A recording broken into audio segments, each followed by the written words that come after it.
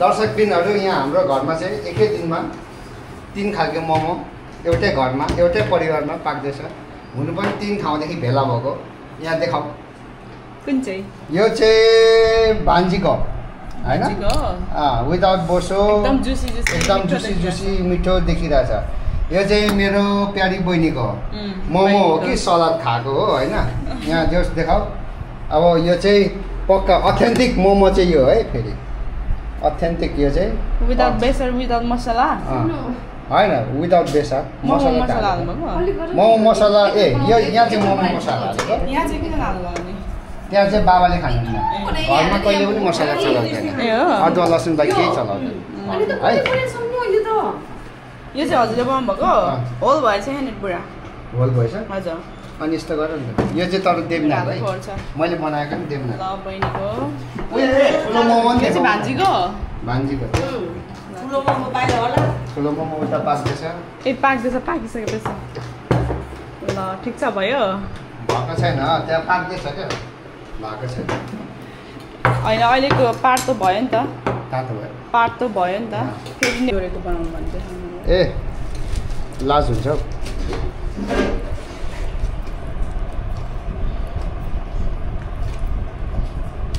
आस्ते आस्ते। Wow, looks beautiful.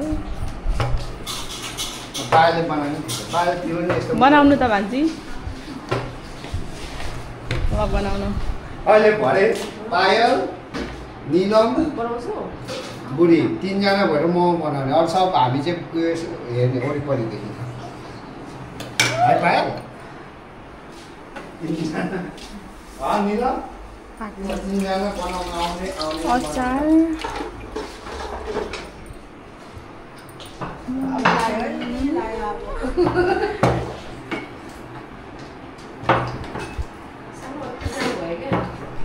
तिम्रो त अब सानसानो हुँदै गयो क्या।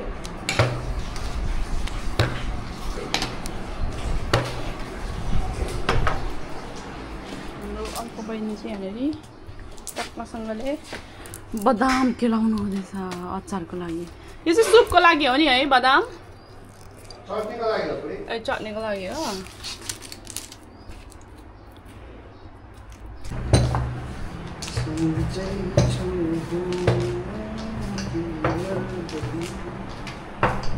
यहाँ चाहिँ हाम्रो दाजु हुनुहुन्छ है।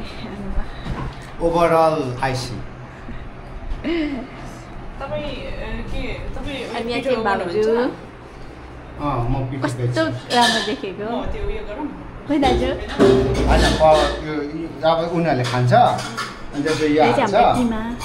अनि यो चाहिँ मोमो। किनभने अब यो खाने मान्छेहरू चाहिँ सबै अगाडि आएको छ नि त। यहाँ मोमोमा हैन यहाँ मोमो कति यो खाने अनि एक खालको 2 खालको 3 यो सब फलेपछि खालको मात्र 4 खालको। ए हो त यस्तो यस्तो भइरहेछ नि। त्यो पिठो सुक्छ। भान्जीको यो चाहिँ अनि यहाँ तम्बा छ। यो चाहिँ यहाँ तम्बा छ। अनि यहाँ हाम्रो दाजु हुनुहुन्छ है। ओभरअल आइसी ओभरअल आइसी। यता पनि खिच्नु पर्ने यो ढुङ्गा खाँदै गरेको। होस गर है सोचिनी तुम। पानी हाल्नु पर्ने छ। भाउजू यही खिच्नु होइन?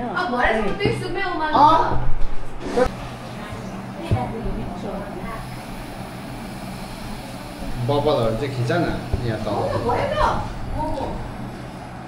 खिच्दैछ बबल तल हौ तल।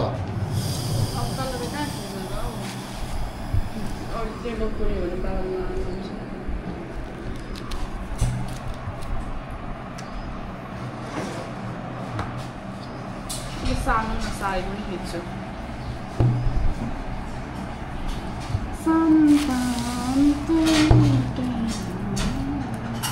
पश्चिमको ही पूर्व घर आगन्तर एउटै हो।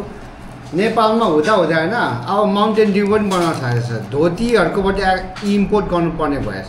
नेपाल अब कहाँसम्म पुगेछ त? माउन्टेन ड्यु जुन चाहिँ नेपालमा बनिन्थ्यो मजाले बनिन्थ्यो अब नेपाल कहाँसम्म गइपुगेको भएछ त? हेर्नुहोस् तपाईँहरू आफै हेर्नुहोस्। 90 रुपिसको कति अहिले यो? 90 रुपिसको यहाँ 150 पर्नु पर्ने हो, यसलाई 230 पर्छ। त्यत्रो है? त्यत्रो फरक।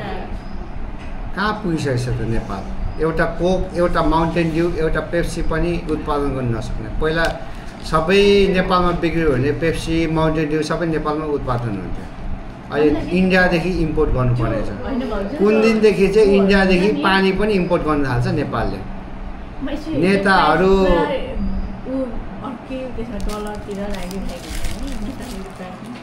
सार्दियो सार्दिनुहोस् यसो चट्ट पारेर यो चाहिँ आइस है गर्मीमा धरानको गर्मीमा कस्तो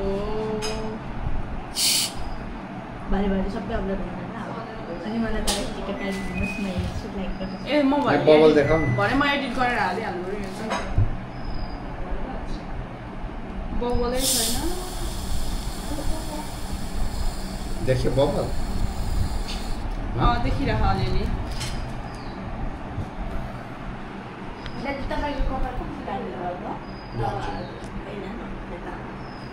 ल्याउ पछि काटिदिनु हचाउने हो यस्तो मिलाइदिएको छैन कि यहाँनिर कान्छ ए यस्तो गर्नु त कान्छ ए त्यो चाहिँ लामो बनाइदिन्छ यो छोटो चाहिँ लामो छ फर्काउनु ल्याएर म अहिले गएर फर्का आफैले काट्नुभएको हो ल ल ल खाऊ खै पाल तिम्रो कस्तो भएछ चाख्नु एउटा थ्याङ्क यू खाने यहाँ छ कोपी हालेको तिमी खाने होइन यो ठुलो मोमो चाहिँ मेरो उसले खाने अरे हो यो ठुलो यो ल ट्राई गर्नु त मेरो भान्जी ठुलो मोमो यहाँ राखिदिनु न यहाँ काँचो पिठोमा कहाँ राखेको हो यहाँ राखिदिनु न यहाँ राखिरहेको छु घरमा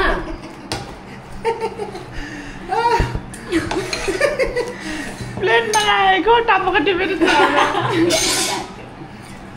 तिम्रो मोमो मिठो भएछ क्या देम्न ए खाने कुन चाहिँ अनि एउटा मात्र उनीहरू खान्छ होला नि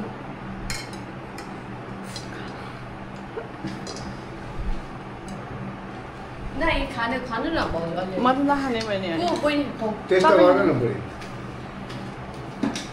हो पालको चाहिँ मिठै छ ए भान्जीको चाहिँ 2 खालको पाउनु भएको होइन यो ठुलो मोमो ट्राई गर्नु टेस्ट गर्दैन भने म त अचार पुग्दैन जस्तो लाग्यो है फेरि बनाउँछ नि खाउन जाऊ अचार हालेर खाऊ न दिदीको पनि मिठो छ अचार हालेर खाऊ दिदीको त मिठो छ नि खाऊ न खाऊ न खानु तपाईँ बुढी टेस्ट गरे त को उयो साइडमा सुकुटी सानो यही छ त पिरो